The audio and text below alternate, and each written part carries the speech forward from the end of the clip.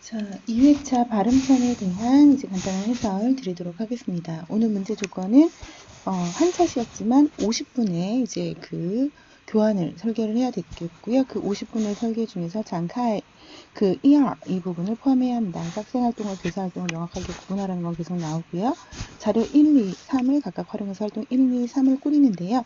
이때 그 전개 1부분에서 자료 1의 내용을 이제 그 사용을 해가지고서는 최대한대로 학생들에게 중국어에 대한 흥미를 이제 높여라 라고 했고, 전개 이 부분에서는 자료 2를 이용을 해서 이제 성조의 개념을 이해시키고, 자료 3을 이용을 해가지고서는 이제 학생들에게 그 성조의 표기 방법과 발음 방법을 익혀라 라고 하면서 학생 중심의 수업을 하고 반드시 소그룹 활동을 포함해라 라고 했어요.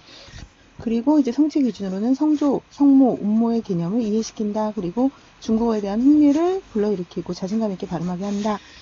그래서 단원 계획을 보시게 되면 오늘이 1차 시예요. 그래서 중국어 배워야 될 중국어 내용으로는 보통화, 한위 이런 거 개념 이해하고 간체자와 이제 그 한어 병음 방안의 개념을 이해시킨다. 그리고 중국어의 구성 요소 성운조를 이해시킨다가 있고, 그다음에 성조 부분에서는 이제 그 성조와 경성의 개념을 이해시키고 성조의 표기 방법 및 발음 방법을 이해시킨다.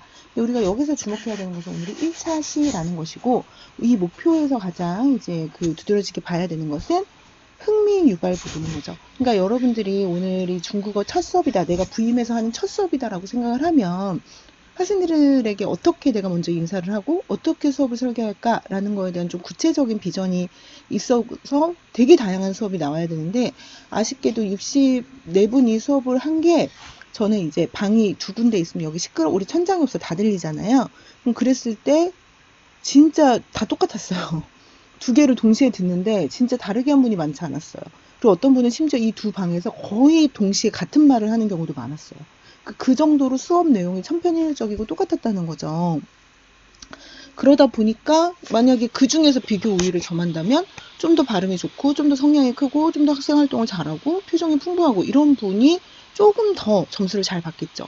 하지만 이 분들 같은 경우도 그 안에서 줄서기를 하는 거지, 이 등급을 뛰어넘는 점수를 이렇게 해서는 좀 받기가 힘들 것 같아요.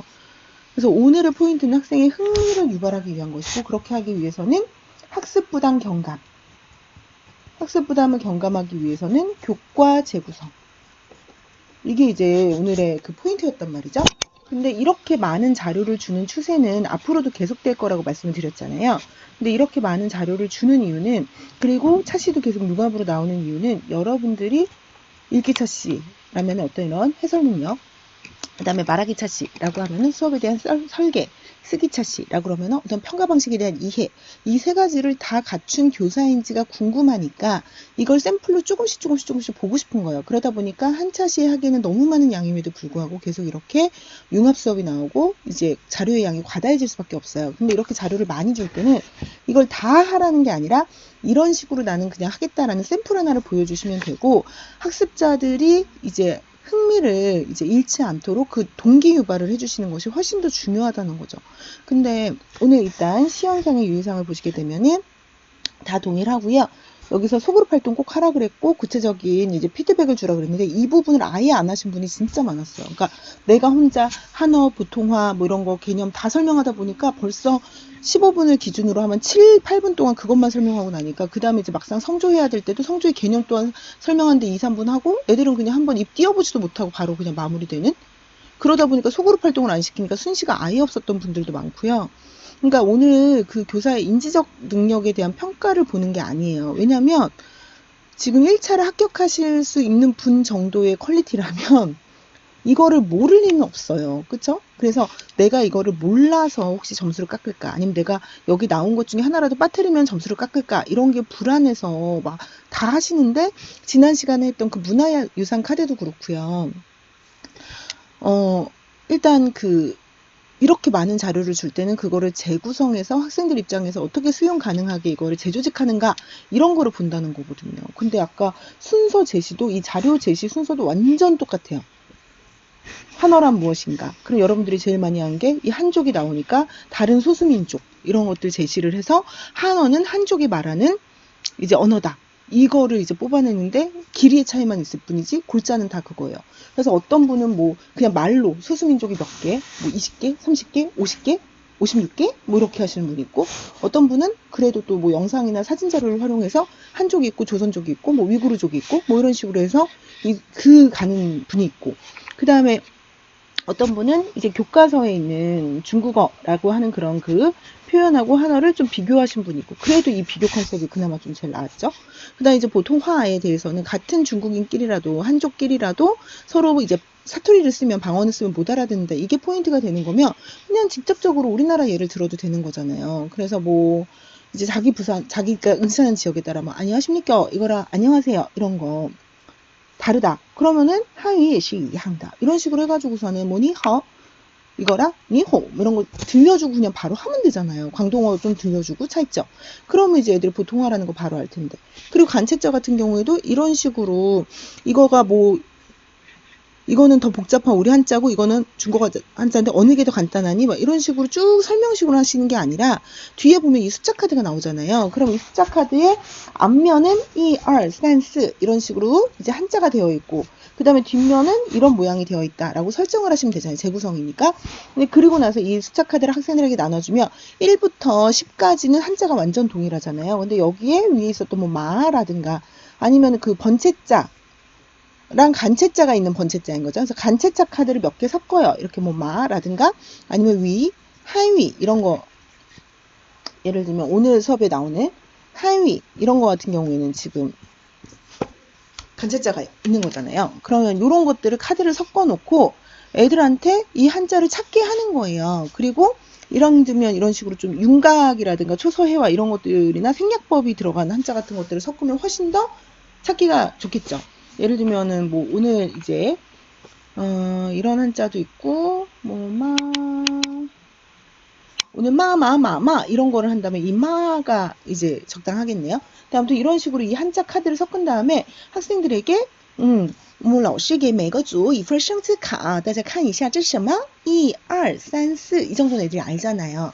그럼 그렇게 하고 그 다음에 这里有 다시 이제 几张这里有几个汉字跟我们韩国的不一样大家找一找해가지고서는 여기서 이제 찾게 하면 애들이 뭔가 처음 보는 것 같은 것들을 찾을 거 아니야. 아니면 이게 너무 어려울 것 같으면 처음 보는 한자를 좀 찾아봐라 하고 이제 칠판에다가 이런 식으로 이것에 이제 그 짝이 되는 이런 번체자를 쭉 나열을 하고 어느 거랑 어느 게 짝일 것 같아? 이런 거를 좀 해보게 한다던가 이런 식으로 조금 이제 학생이 참여용으로 수업을 짤 수 있는데, 지금 여러분들이 하신 건 여기까지 다 설명식이에요. 그리고 한 번에 이거를 다 해야 될 필요는 없잖아요. 그러면은 뭐 보통화랑 이제 한자 같은 경우에는 이거 너무 어려울 것 같으면 2열 산스 다 하고 나서 이 밑으로 조금 빼가지고 해도 되고, 한 단계가 끝나서 이런 인지적인 측면 같은 경우에는 중간중간에 좀 섞어서 해도 되는데, 그리고 이것도 성모, 음모, 성조 뭐 싼 거 범유하면서 시험인 띠아 이런 거 다 하신데 하나병은 방학까지 애들이 간체자다. 참 이거는 이제 간체자라고 하지 않고 이제 개정 교육과정부터는 이 간화자로 이 명칭을 바꿔서 쓴다고 하더라고요. 그래서 간화자라고 했었어야 되고, 근데 어찌됐든 간에 이 간화자, 한어병은 방화, 보통화, 한어라는 명칭 자체를 다 알아야 되는 것보다는 이 개념을 애들이 이해를 하면 되는 것 같아요. 중국 사람들이 이런 한자를 쓴다. 그래서 요것들을 비교할 때도 뭐 영어랑 비교하시거나 아니면 우리나라 자음 모음하고 비교를 하시거나 이런 식으로 이제 하시면서 뭐 성운조에 대한 결합까지 막 하신 분이 있는데, 이렇게 하니까 초반에 이 부분까지만 한 7, 8분, 어떤 분은 11분까지도 이 설명만 쭉 하시더라고요. 그리고 또 직소모형 유연한 토의 수업을 하시는 분들도 많은데, 사실 오늘 간과하면 안 되는 것 중에 하나가 오늘이 첫 수업이잖아요. 첫 수업에 애들을 이렇게 조별로 안 쳤어요. 그럼 이 아이들끼리도 서로 오늘 처음 보는 애들도 있고 죄송해요. 이름도 서로 모르고 낯설 수 있잖아요. 이런 아이들이 어떻게 처음 만나자마자 한어랑 보통화의 차이, 뭐 한어랑 국어의 차이 이런 것들을 얘기하면서 막 척척 발표를 하고 나와가지고서는 이거는 좀 쉽지 않잖아요. 그러니까 제가 또 좀 약간 이렇게 그랬던 거는 처음에 들어와서 이 조원들끼리 서로 인사를 하거나 내가 알만한 중국어를 가지고 화제를 던지거나 이런 분도 거의 없더라고요. 그러니까 물론 이제 아이들이 좋아할 만한 뭐 이런 연예인들을 예를 들어가지고 그 사람들이 하는 중국어를 들려주고 이러신 분은 계셨어요. 근데 또 막 중국어 연속극이라든가 뭐 이런 거를 들려주고 하시게 되면은 지금 아이들 수준에서 너무 높죠. 근데 애들이 제일 알만한 말은 어쨌든 니하오 이런 거잖아요. 시시에. 그럼 이런 거 자체를 들어와서 이제 애들한테 처음 중국어니까 이제 좀 친숙하게 다가가기 위해서 이제 인사를 좀 해야 되잖아요. 大家好,你好,你好,大家你好是什么意思都知道吧？你好 안녕하세요 你好你好 이런 거 하면서 그럼 시장 방면의 동시에 몸을一起来说一下 你好 인사하고 이런 것들을 조금 하시고 그 다음에 첫 수업이다 보니까 애들이 서로 이름 같은 것들이 낯설잖아요. 그러면 이름표 같은 것들을 선생님이 각자 자기 이름을 적어가지고서는 이런 그 스티커 같은 거에다 적어가지고 이렇게 붙이게 할 수도 있잖아요. 그럼 예를 들어 저는 한미연이다. 그럼 한미현 이렇게 이제 적게 해라. 이렇게 할 수도 있고 아니면 선생님 이렇게 일단 하고 그리고 나서 이제 서로의 이름을 보면서 이제 그 동시에를 부르면서 저 방면의 동시에 니하오 다시 하면 니하오 이런 식으로 막 계속 애들한테 좀 이렇게 서로 좀 친숙할 수 있는 기회를 주고 소그룹 활동을 해도 해야 되는데 그런 정의적 부분에 대한 고려가 있으신 분이 거의 없었어요. 그러니까 그런 게 좀 아쉬웠고 또 어떤 분들은 첫날이니까 이름을 하기는 했는데 본인의 한자 이름을 써갖고 오게 해서 이름을 만들도록 하더라고요. 근데 이거는 처음부터 이렇게 하면 애들이 중국어에 대해서 제일 어려워하는 요소 중에 가장 결정적인 게 이 한자랑 성조잖아요. 근데 이 두 가지를 처음부터 너무 어렵게 가르치게 되면 애들이 지레 겁을 먹게 되겠죠. 그러니까 차라리 내 이제 한글 이름을 쓰고 이제 그거를 통해서 좀 배우고 난 다음에 그 다음에는 내 이름에 해당하는 뭐 성조 찾아오기 뭐 예를 들면 한, 메이, 쉔 이런 식으로 아니면은 이제 병음 알아오기 이런 거 이제 순차적으로 간 다음에 나중에 합쳐야 되는데 처음부터 너무 수준 높은 학습을 하신 분이 많았어요. 그래서 이제 두 번째 부분에 이제 성조를 하는 부분도 이 성조의 이 부분에 대한 설명이 너무 많다 보니까 막상 아이들이 입뛸 기회가 별로 없었어요. 오늘 수업 시간 영상 다 발송을 해드렸는데 그 영상을 보시면서 내가 언제 도대체 한번 해볼 수 있나 앞에를 한번 시간을 보세요. 어떤 분은 심지어 한 9분쯤 됐을 때 애들이 처음으로 한번 하더라고요. 근데 이것도 할 수 있는 게임이 진짜 성조 같은 경우에 무궁무진하게 많아요. 그러니까 설명을 할 때도 좀 직관적으로 팔 같은 거 쭉쭉 뻗으면서 일성은 이성은 이렇게 팔 같은 거 기울이면서 삼성 같은 경우는 팔을 V자로 하면서 사성 같은 경우는 또 반대로 팔을 위아래로 쭉 대각선을 뻗으면서 이런 식으로 오늘 같은 수업이야말로 분반이 이렇게 앉아있으면 여기를 선생님이 무궁무진하게 왔다 갔다 하면서 아이들 격려하고 독려하면서 이거를 시켜야 되는 날인데 이 한어 막 이런 거 설명하라고 이 앞에 쓰셔서 한 발자국도 못 내려와요. 그러니까 이런 모습을 보고 면접관이 진짜 이 사람이 이렇게 수업을 하겠구나 이런 거를 실제로 현장에 가면 아이들 친화적으로 수업을 하겠구나 이런 거를 못 느끼죠. 이래놓고 수업 나눔을 하신 분 같은 경우 수업 나눔을 할 때는 자기 학생 중심의 수업을 했다 그러면 이 면접관 입장에서 전혀 와닿지가 않잖아요. 그래서 이 할 때 아가 몇 도고 아가 몇 도고 이렇게 간단하게 이거 설명을 해주는 건 좋아요. 그리고 이거 할 때만 표 이만하게 그리지 마시고 크게 그려서 계속 이거를 여러 번 반복을 해주고 이제 아이들이 같이 놀 수 있는 환경을 마련을 해줘야 되는 거잖아요. 그러면 진짜 할 수 있는 게임이 진짜 무궁무진하게 많거든요. 근데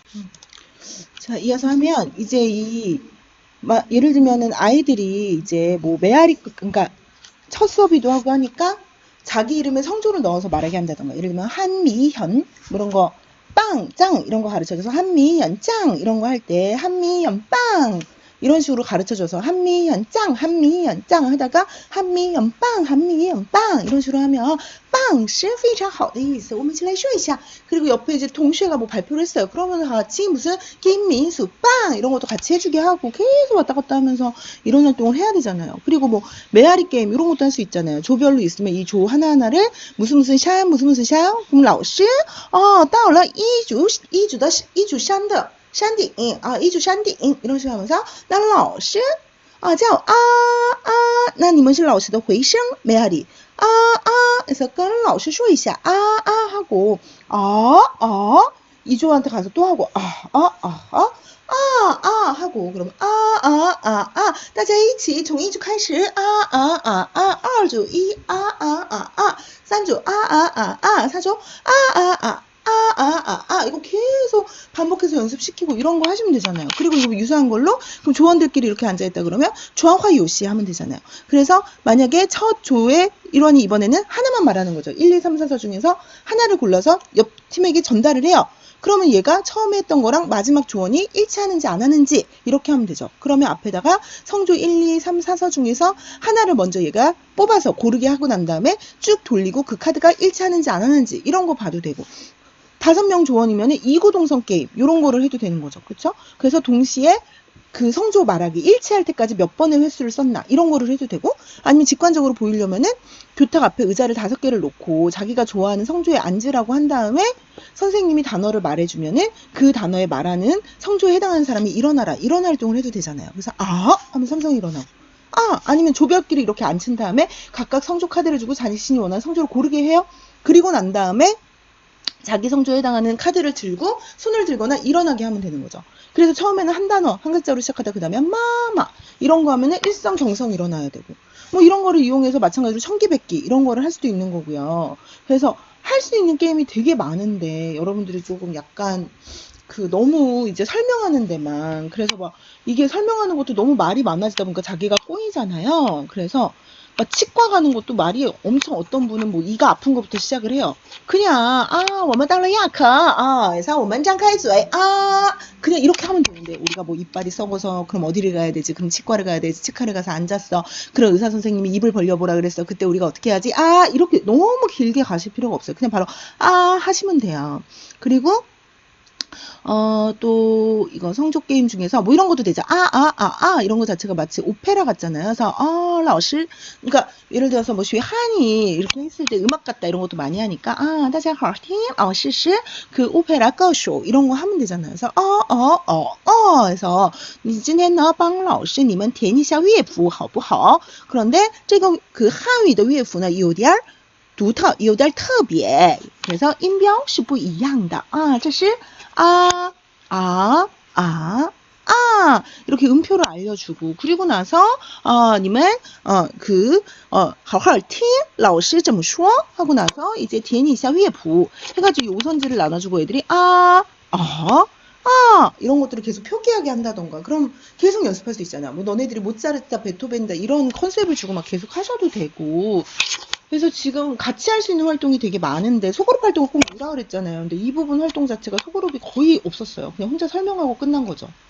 그리고 뭐 이럴 때 이제 챈트나 이런 것들을 하는 것도 되게 좋고, 아니면 교실에 있는 그런 뭐 단어 같은 걸 가지고 내가 임의대로 내가 좋아하는 성조 넣어서 말해보기. 예를 들어 필통이다 그러면은 필통 막 이렇게 말해보고, 막 이런 거 얼마든지 우리말로도 할 수 있고 성조 개념만 느끼게 하면 되는 거잖아요.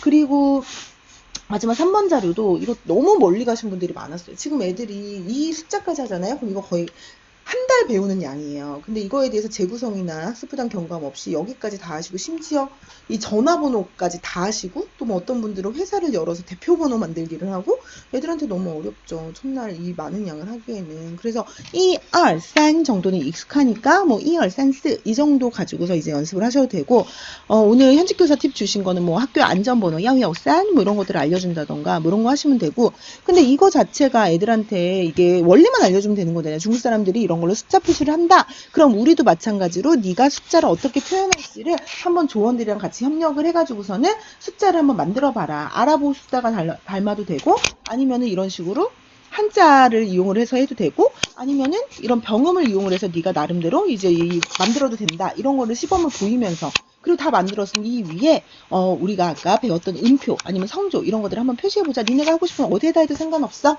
그럼 니는 사성이잖아요. 그냥 이렇게 시키는 거예요. 이걸 꼭 오늘 이 모든 운모의 개고도까지 어의 순서로 이것까지 나갈 필요가 없다는 거죠.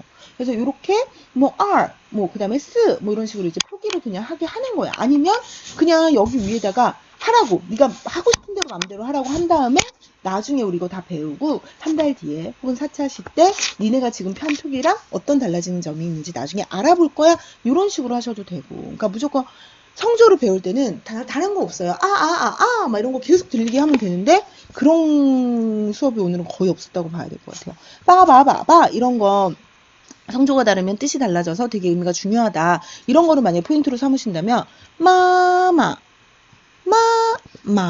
요거를 수업 초기에 던져서 大家好好听老师说一句妈妈妈妈是什么意思？大家听懂了吗？没听懂没关系。今天我们学完这节课以后，大家肯定会知道的。이런 식으로 해가지고서는 이제 나중에 맨 마지막에 이 비밀을 풀어가는 이런 식으로 하셔도 되는 거고요.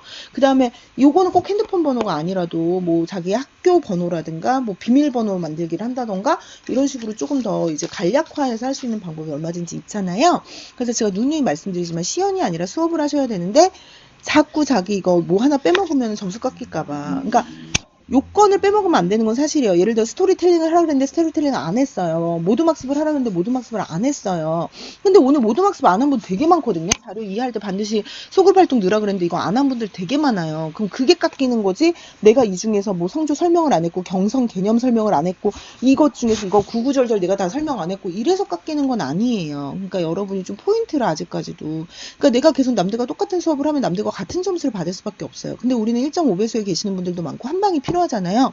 근데 남들과 조금만 다른 수업을 하셔도 엄청 와닿아요. 다 똑같은 수업을 하니까. 그래서 제가 어저께 면접 시책 관련되는 영상을 위해서도 남들과 다른 한방 디테일이 필요하다 했는데 시연도 마찬가지예요. 그러니까 내가 정말 내 아이들이 있다라고 생각을 하고 상상을 해야죠. 내가 정말 부임을 하는 날 나는 무슨 옷을 입고 아이들 처음 만났을 때 어떤 말을 해줘야 되지? 아, 그리고 내 수업을 애들이 재밌었으면 좋겠는데 어떻게 놀아주지? 이런 거 있어야 된다고요.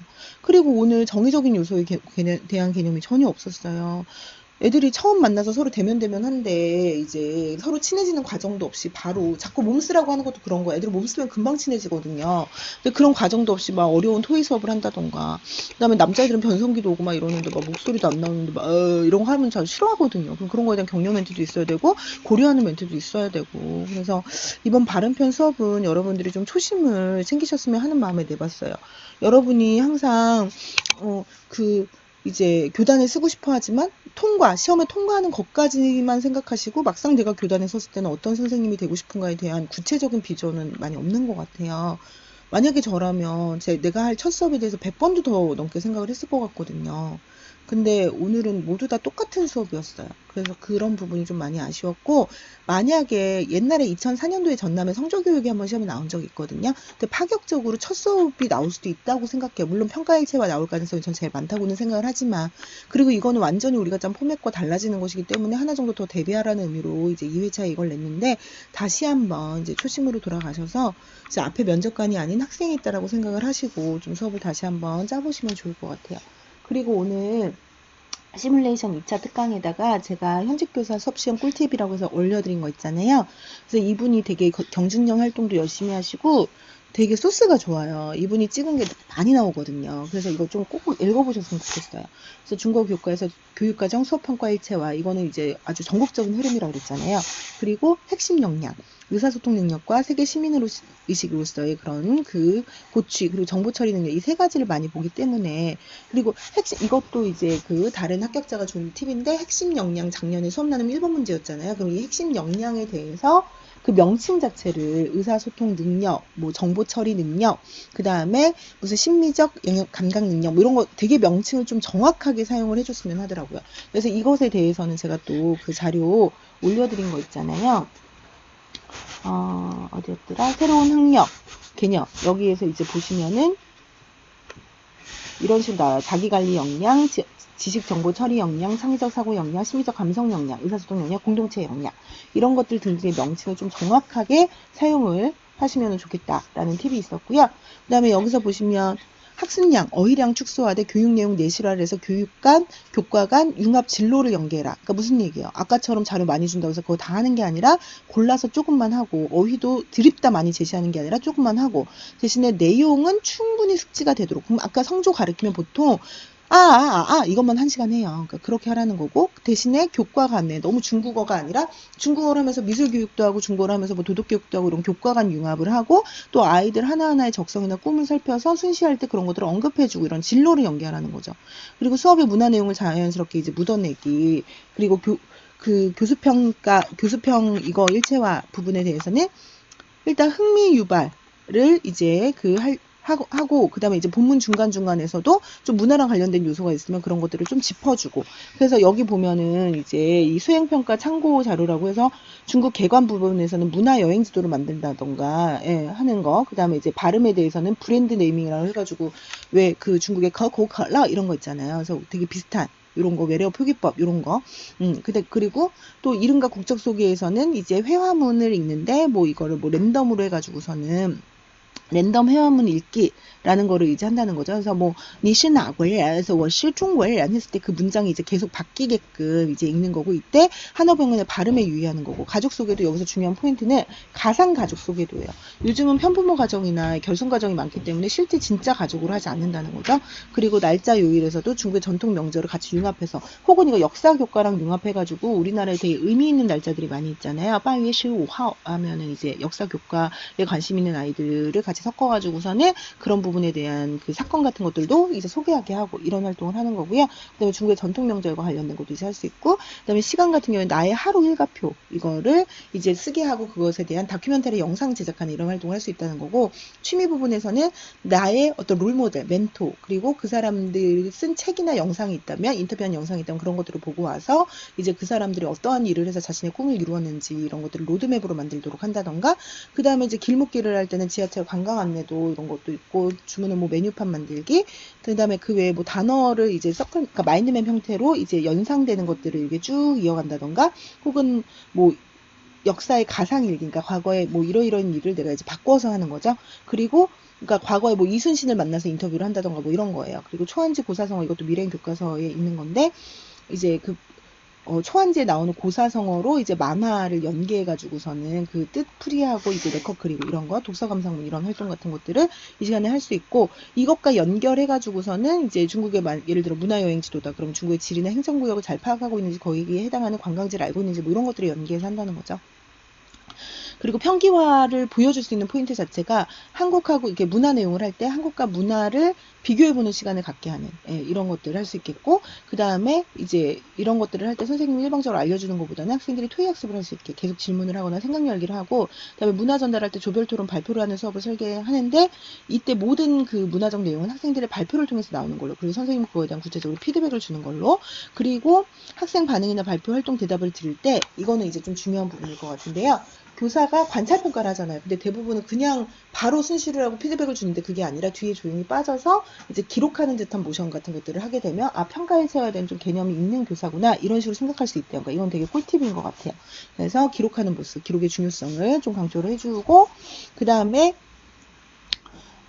여기 고등학교 쟁점 부분 중에 하나가, 이거는 이제 나중에 그 집단 토의라든가 면접 같은 데 팁으로 삼으시면 될 것 같아요. 고교학 정책, 그리고 성적 유출 사건, 그 다음에 이것도 교수평 1차는 작년에 나왔죠. 그 다음에 고3 수시 접수 후에 면학 분위기 조성 방안. 그러니까 애들 대부분 뭐 이런 거 뭐 그 수능 끝나고 나면 흐트러져가지고 맨날 비디오나 보여달라고 하고 막 이런 거 있잖아요. 그리고 뭐 여러 가지 이제 애들 저기 대학 잘 가게 하려고 시상을 남발한다던가 하는 거, 교내 대회 같은 것들 뭐 유명무실하게 됐는데 그런 것들에 대한 내실화 방안이라든가, 동아람 및 창조체육 창체 내실화 방안, 독서교육 강조. 이 독서교육은 진짜 요즘 많이 강조하고 있는 부분이고, 경기 꿈의 대학 진로지도 이 부분도 진짜 많이 강조하는 거고. 근데 그러니까 교수평은 작년에 바로 나왔었어가지고, 그리고 지역사회 연계 이것도. 그래서 제 생각에는 이 현직 교사 짚어준 이 부분 중에서도 특히나 이제 이런 거 있잖아요. 7, 8, 9번 이런 것들은 진짜 중요한 것 같아요. 연수에서 진짜 많이 나오는 내용이거든요. 그래서 이런 것들은 면접이랑 집토 같이 연결해서 좀 봐두시면 좋을 것 같아요. 그래서 오늘 해설 강의 이것을 마치겠습니다.